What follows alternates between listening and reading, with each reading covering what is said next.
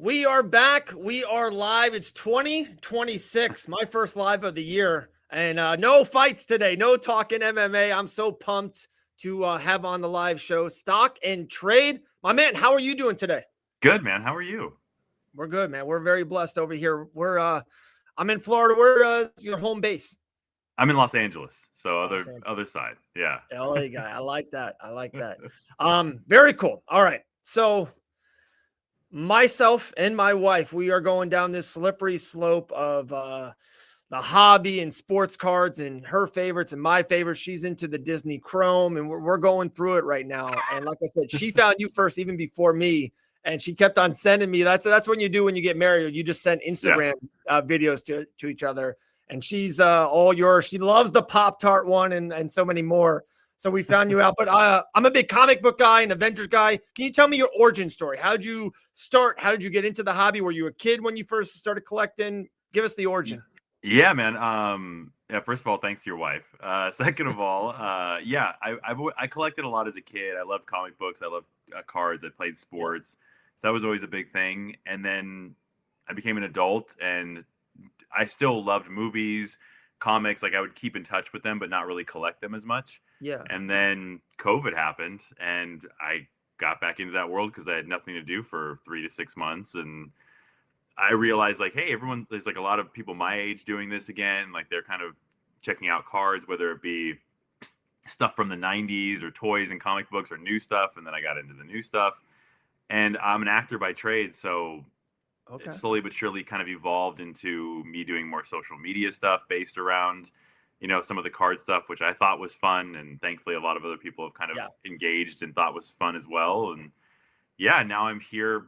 I'm selling stuff on streams, like you were saying, for like you do some whatnot stuff, and I do this stuff online. So it's just it's stuff that I'm really have fun and passionate about, which makes it not feel like any sort of work or struggle. So right. And I'm an older man. I have 4 kids, and the thing I will try to instill on my kids, and I've been doing it for the last 8 years, if you love what you do, it's not work. Like I co-own an MMA media outlet and been podcasting. This is what I do all day, every day. And I'm not working, I'm having fun. I have a group of friends and buddies I talk to every day, and it's not work at all. So I love it. And like I said, I'm kind of getting into it a little bit too. It's a lot of long hours. I will tell you that. Some of the best streams are at 1 or 2 a.m. on the East Coast. So I've been staying up a little bit too late lately, but like it's fun. It's a hobby. What do you have like a moment as a kid, a Michael Jordan card or something with a family member you went over? I have one of those. Do you have one of those moments where like, oh, I'm hooked forever, I'm in? No, I always say it the same thing. I was that kid that was collecting like all the wrong people, and I make jokes about Billy it all the Ripken time. said a Cal Ripken. Yeah, because I always say it. I was like, I grew up and have been through this whole age where I could have been collecting the Michael Jordans. Like I could have gone through the whole gamut, right? Like you could have collected Ken Griffey, Michael Jordan, Tom Brady, Kobe Bryant, like all these people that make a ton of money for everybody, Lionel Messi. But I was the one that was like, I'm an Oakland A's fan, so I'm going to collect, Jose Canseco. I'm going to collect Mark McGwire, Mark Mulder. Football fans. I'm going to collect Joe Montana. There's no way his autos will ever be worth nothing. And it's like, so I'm that guy. But I'm happy about it. You look back and you're like, oh man, I could have just been collecting all these guys and had a ton of money, but I just didn't do that, and I went the other way. That's all good. Is there a guy now? Is there, dude? Everyone in the hobby, you go on Whatnot and all the chats is, do you have Cooper Flag or do you have Drake May? Like that, those are the guys right now in 2026. Is there a guy or a team that you're all in on right now? So I'm a big Wembanyama fan. Okay. I have a lot of his stuff. And then I got big into soccer through cards. So I started collecting a ton of Erling Haaland stuff. He's this forward out of Man City, big, huge Norwegian dude. He's just a monster. So I started collecting his stuff because he just reminded me of like my love for like Shaquille O'Neal back in the 90s when he kind of blew up the NBA. And yeah, he's all over the place now. He's scoring records. He's going to be in the World Cup for the first time. So guys like that for me, I guess I'm still kind of sitting on the outlier world as opposed to just being like, I should just go all in on Drake May and see what happens. But yes, if you're collecting Drake May and guys like that, you're not in a bad spot right now. Yeah, yeah. It's I'm a Cooper Flag guy right now. Yeah, He's and like everyone is, so it's kind of one of those. It stinks, but yeah, I got the bug, and I'm a little bit of a Duke guy as a basketball dude. there you go. I'm a New York guy, so I'm a Josh Allen, Aaron Judge, and Jalen Brunson. Yeah. Judge think I'm and Allen. I think I'm gonna be all right.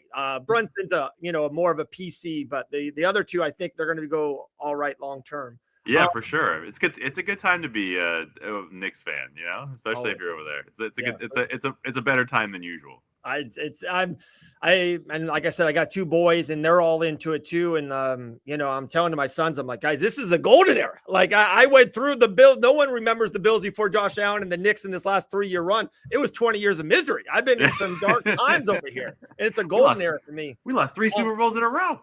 It's crazy, crazy. Do you have any tricks of the trade? Is there something you do or look into about the trade of hobby? We'll get into the social media part of it in a second, the business side of it. Is there like little tricks that you have or you can, kind of pass on to maybe someone who might want to get into the hobby? I always say the same thing. The craziest part about this hobby is it's very cyclical. And some of the people go follow the cycles and they do great, and other people don't. And what I mean by that is like there's cycles to buy and sell cards if that's going to be your game. If that's going to be your way of like making money and still collecting and kind of bring some money back in while you're spending it collecting. And so like for baseball, for instance, a great time to buy is in the off season because people are selling, but no one wants them as much. The great time to sell is during spring training when the hype is building and everything's going, or you wait after spring training and you sell going into the playoffs when these guys are doing something really well. But there's a ton of people that sell at all point in times of the year because they either have to or they want to, whatever, and you won't make as much money back on these cards and things like that. And it's for every single sport. Yeah. So if you just follow that cycle for every sport, you won't do too bad as long as somebody doesn't get hurt or something like that. But that's always what I tell everyone is a base bottom line like thing to look into if you're going to be buying and selling cards in a way that you're going to be trying to kind of create some cash flow for yourself or things like that. It makes perfect sense if you, to the common folk that's listening, if just say on two quarterbacks, one Drake May, one Jaden Daniels. And Jaden Daniels was this year, a year ago. He was the hot guy. Yeah. He's had such a horrible dip in a bad season. I'm actually not a big Jaden Daniels guy going forward, but if you are, this is the time to go all in, buy them all. Like get into that. And maybe you're selling Drake May at the peak. I could get better if he goes to the Super Bowl. Bo Nix is a hot, trendy guy right now, of course. But I like that idea a lot too. And also, when Ohtani does that 10K 2 home run game, maybe you want to sell a couple of those. Ohtani's wild. He's the guy that I keep getting burned on in the sense that like I think that his market can't get any higher and that it keeps going up. And I'm like, I have no idea where this ends, guys. I'll be in 20 years, I'll look back and be like, oh, well, Ohtani was another guy that I should have just been keeping in my closet for 20 years, but I guess not. Love it. Love it. All right. Let's get into the business or the social media side of it. Like I said, that's where we found you and I found you, and massive fan of what you're doing. When did that light bulb moment happen? It's like, hey, I'm collecting, I'm doing stuff. I heard you, at the beginning of this, you're saying an actor out there in LA, how was that a part of it? What you thought, hey, I could kind of put a couple of my things together and make one? Cause that's what it seems like, you're doing these fun videos, acting, hilarious stuff. But with the hobby of sports cards. You would have thought, right? So like I got into it during COVID, like I said, and then I saw people posting things on social media. So I started doing what they were doing, pictures of cards, videos. Like some people were doing like transition videos to like how things turn into another. I was kind of doing stuff like that. And then I started kind of doing what I thought was like interesting or funny content, and whether or not it was is up to anybody else. And then last year I was like, hey, maybe I should just start doing like skits and things that are in my world of like what I do on a regular basis. And it really took me that almost 4 to 5 year period to really connect the two for some weird reason. Yeah. And thankfully, I don't know what happened, but people seem to, really relate to the things that I was posting and kind of gravitate towards it. And the follower growth has been great. The engagement's always fun. And it's been that's kind of where it's been over the last like year or two. And I keep trying to change things up and trying to garner more of a following. And it's been working so far, but it is a grind. Like, better than anybody else. Like social media, especially with how many platforms there are, that Yeah. it's a definite grind. So Not even that. And you'll probably triple down on this. Like a 16-second video, back and forth captions, or this 16. You got some mirrors. It takes 4 hours. It's like it's a grind. It's like, what'd you do today? I created this 18-second video for Instagram and TikTok. Like it's that fingers crossed the algorithm will take into its grasp. Otherwise, I'm just gonna be like, oh well, that one didn't work. Are you thinking of all the, especially like the last 10 or 15 that were on, and it's almost every day that I see the content from you. Are you thinking about all the ideas yourself? Are you getting some from friends, families, whoever? You have someone helping you, or this is one man show? It's all from me, but to say that it's all like from my mind would be a lie. I think the biggest thing that people don't ever try and focus enough on in social media is understanding like the trends. And it's like, you can take trends from other places and incorporate them into wherever your following is interested in. So for me, I find funny trends that are happening in sports or fashion or something like that, and I just turn them into something that's associated to the trading card hobby, and they usually tend to do well. So that's kind of like, it's a little bit of like a skit comes up in my head, or for the other shorter versions, I just kind of take from whatever is going on in social media, which is kind of just how it works right now. But that's ever changing as well. So who knows what will happen in the next 6 to 12 months. For sure. And I got a future question for you there. When or how did you think of the Pop-Tart one? It's absolute brilliant. It's so funny too, because my wife, we cracked up and we were on a little mini vacation and we watched it 19 straight times. And I said to her, I'm like, I know it sounds funny. Sometimes the easiest, maybe dumbest things are the best. The most simplest things. We cracked up. We watched it 19 times. How'd you think of that?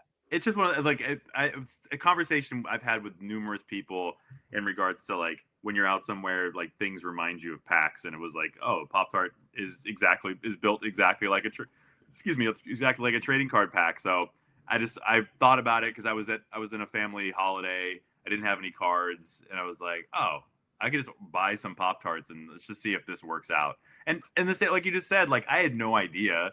I'm just like, maybe this will be funny to somebody. Worst case, it's funny to me, and we just move on with it. And then thankfully it took off a little bit and it's been helpful. It's been a good one. I saw it on your story. We got Pop-Tarts we got to link up with you with Pop-Tarts. I know. And that's like, maybe Pop-Tarts will want a piece of this or something. By the way, I did a horrible host in there, guys. What I'm referring to, Raul did this video opening up a Pop-Tart and how we do it in cards. Like you see a pack of 10, you kind of like slide a couple. Raul did an awesome thing of like which one is behind. It was so funny. It is so good. I appreciate it. Where do you, first with the social media side of it, where do you like, I don't want to say what's the cap, but what do you think you're doing in 3 months or 6 months, 9 months, 5 years in this space? What do you think? Jake Paul started making videos and now he's boxing the best boxers in the world, making 50 million a year. I don't know if boxing's your thing, but where do you see you going in this space? So that's it. That's always the main question, right? I get that a lot. And my thing is, I always tell everyone the same thing. The reason that I feel like I've been successful in different things is I never put a limitation on like where I can be going. So like a lot of people will be in this space in the card world and be like, well, I'm only doing card stuff. That's where it's going. Let's see how it goes. But for me, the goal would be to grow beyond that, right? Yeah. To garner a big enough following of people that are interested in cards, are interested in sports, are interested in things, all pop culture, all this different stuff. So my goal is to grow slightly beyond the hobby, for what we call it. Anybody doesn't know that, and just go from there, and to try and collaborate with different people like yourselves. And like, MMA is associated to the hobby because we have cards, we have something, and like for more people to kind of get an idea of who I am and what I'm doing outside of those worlds and to grow. Yeah. And then beyond that, who knows? I'm linking up with some people this year already in the next couple of weeks to do some like higher end content that will hopefully, we'll test the waters, see if people are interested. Yeah. And then, sky's the limit there. Maybe you're shooting something more consistently that way. Maybe you can turn something into a short form show. Like I said, sky's the limit in regards to where we're going, but growth is definitely the goal. Yeah, I love it. It's like I was saying earlier, I definitely had the moment with the hobby. I was 4 or 5 years old. Best birthday gift ever. I got like a box of 1988 Topps baseball, and it was 36 packs. And I just remember just ripping open packs. It was the greatest day of my life, and I always stayed with it a little bit. And like you said, you mentioned during that era, I have the Upper Deck Ken Griffey. I have that one. It's not crazy great, but I have it. I have some Kobe's, LeBron's. I kind of went a little bit, but probably got away from it for 8-10 years during the same thing during the COVID and us doing fights. There was a little lull in even fights, but actually the UFC out of everything picked up before most. And what we did like card breaks. We're like, hey, there's cards. Let's just kind of have fun on the show. We open up cards and I'm like, oh, wait a second. Like it was just like one of those things like clicked in my head. I'm like, this was my favorite day of my life when I was 5. So I did it. We just never looked back. It's funny.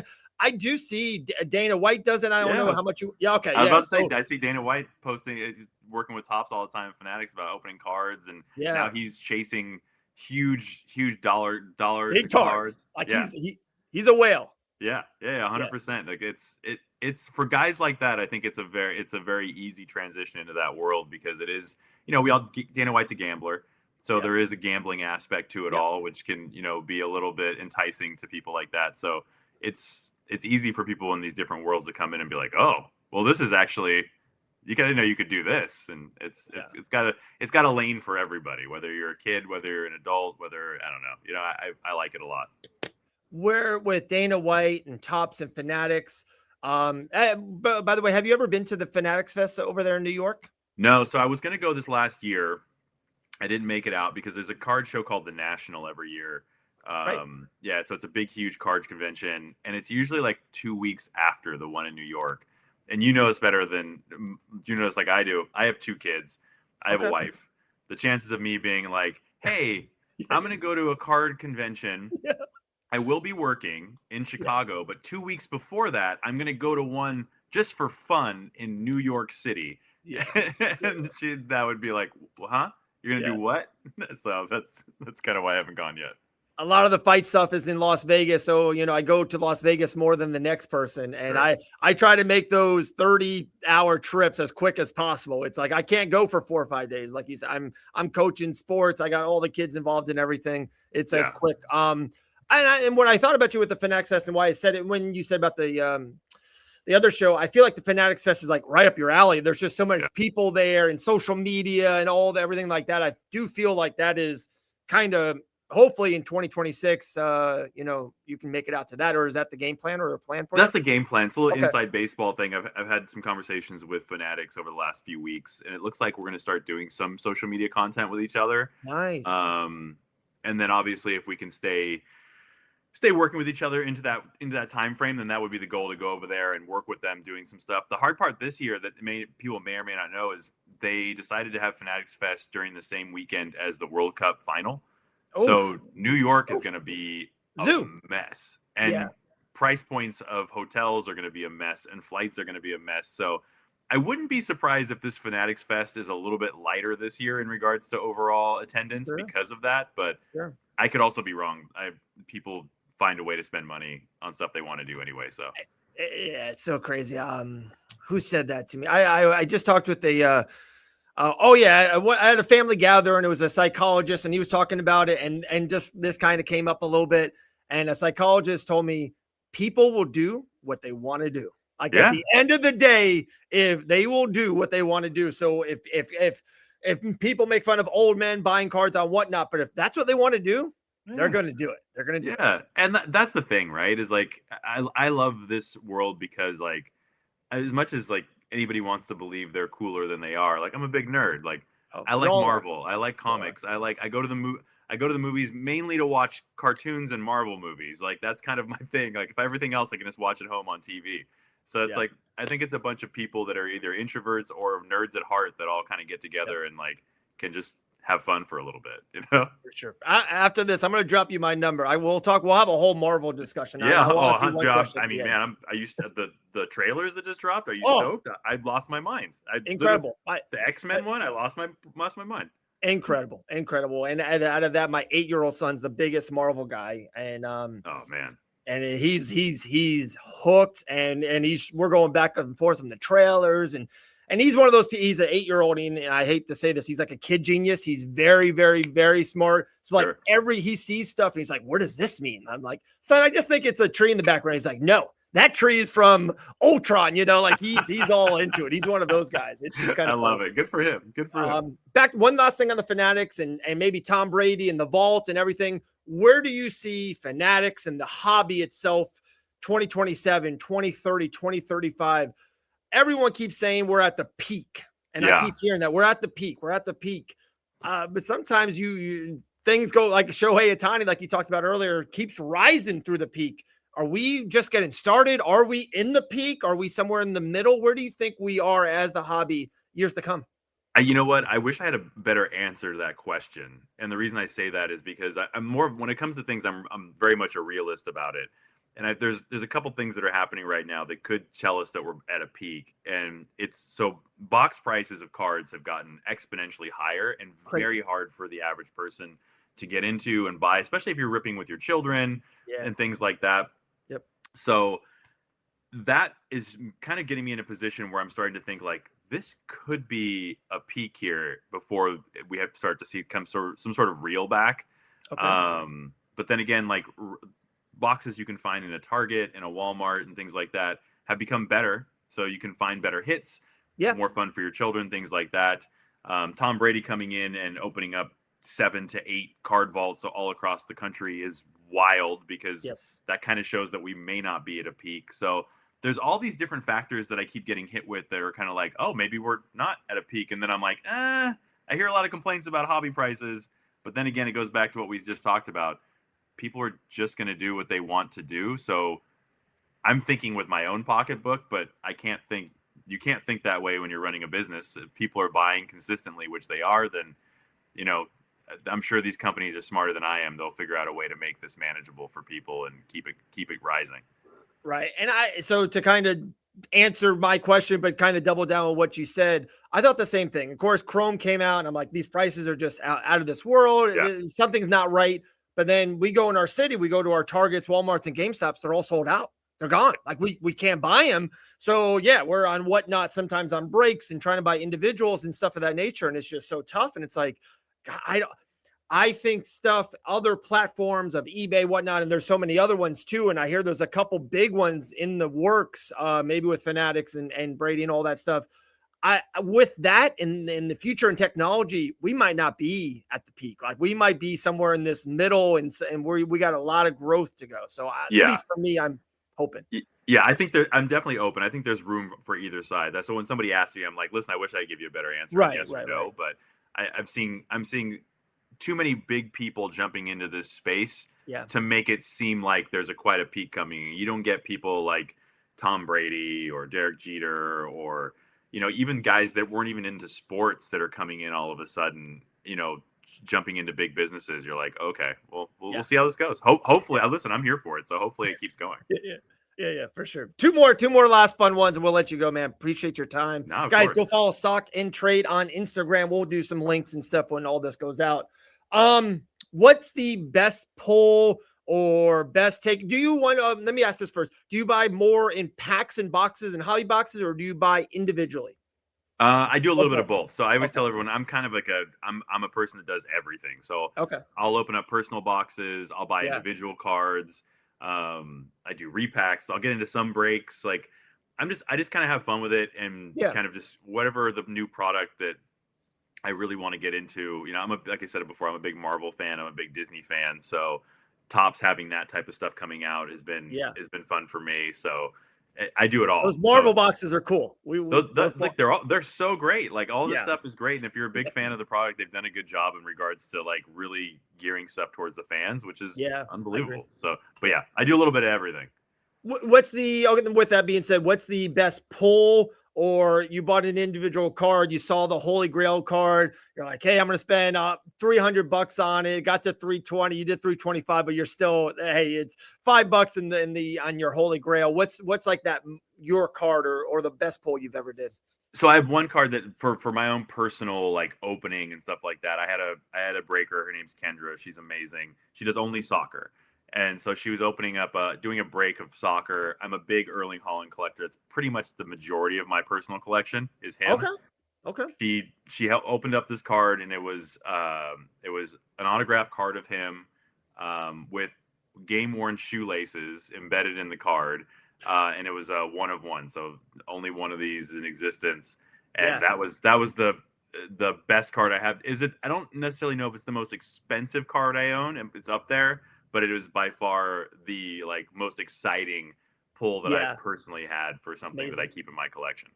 That's awesome. That's all. And it's so funny. So someone asked me that once, an older gentleman, and they weren't sure about the high. I'm like, hey, I'm kind of doing this a little bit, and we're having fun as a family, and I think that's maybe one of the most important things. Like I said, my wife loves it, the kids love it. We're just having a blast. But the second part, when we're trying to make a little bit, it's going okay.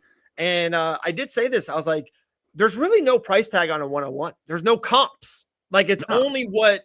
If you get a 101 Wemby, it's what a Wemby collector will pay for that 101 because there's no comps on it, Yeah. So when you say 101, it's something maybe, you It never know. really If a bigger is. fan says 50,000, you're like, okay, I guess it's Yeah. a 101, It is. It's truly whatever somebody wants to pay. And I've seen it Yeah. go both ways. I've seen it go crazy, and I've seen other people be like, the market says they don't like that one of one. And you're like, Yeah. okay, well, Yeah, it's my yeah. one of one. So Right. I'm fine with it. But yeah, I appreciate you. I appreciate your wife. It's funny you mentioned your wife really quickly, because like that is also a big thing that I've tried to hopefully kind of concentrate on with social media on my side.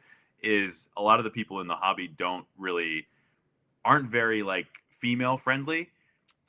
So my whole thing is like, I would love to take a huge portion of that female, like people out there that are on social media all the time, and have them excited and engaged in my content. So it's nice to know that like your wife thinks it's funny. I show my wife my stuff, and she's actually in some of my content.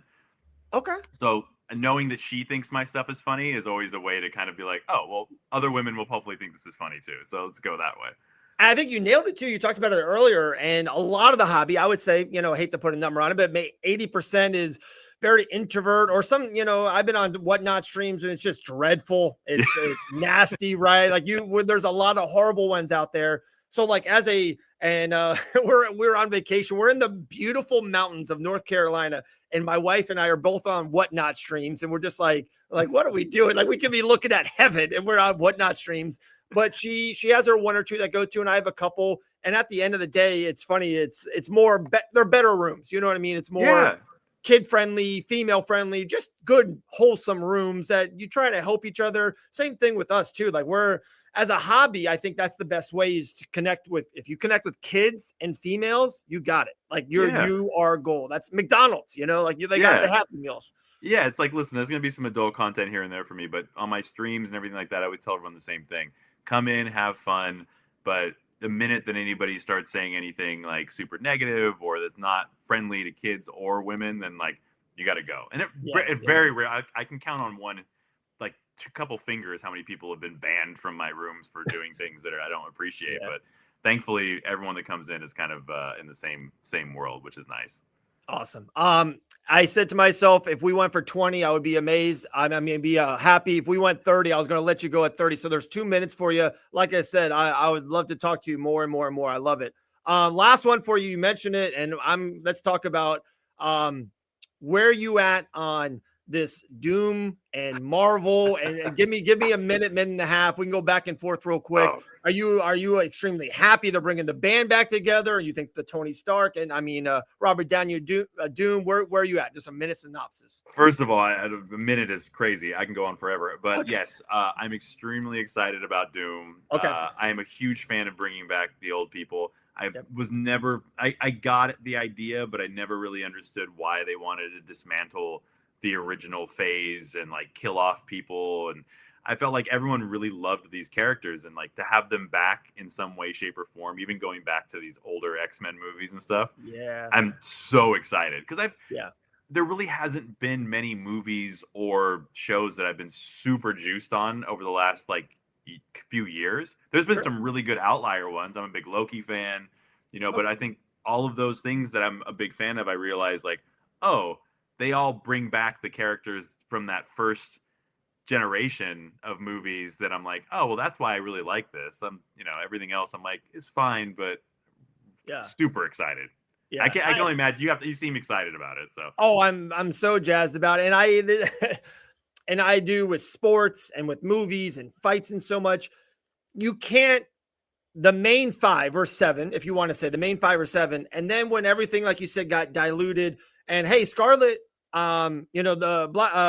Scarlett Johansson, right? She's a part, but she was even at the end. She's 6th or 7th of that group. yeah, And then now you're gonna make a movie of like her sister and be like, she's number 1. Like, no, you're tricking me. She's not number 1. You know what I mean? Like she can't be the main star. And I keep on throwing that out to people, and people that get it, I feel like get it, and they don't. They're like, I don't know what you're talking about, Dave. I'm like, no, Bucky's awesome. I love Bucky, but he can't be my 1. He can't be the number 2 of a movie. That's just my 2 cents, you know. So I'm so pumped. I have a big feeling they're gonna do it really, really good. And I love the Fantastic Four movie. I don't know if you did or watched it. I loved it. It was really good. The X-Men was back, and looks like finally they nailed Cyclops. Took them 30 years, but we nailed Cyclops. I think we're gonna be all right.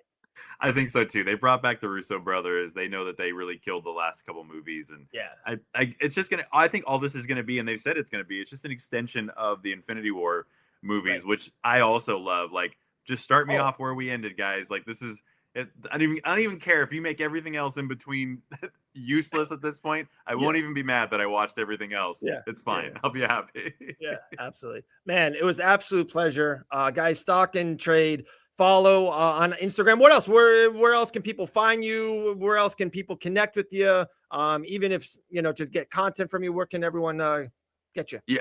Instagram is definitely the best place to find me. I'm also on TikTok, just stock N_trade. And then I also stream weekly or daily, Monday through Friday, on an app called Loop, LOUPE.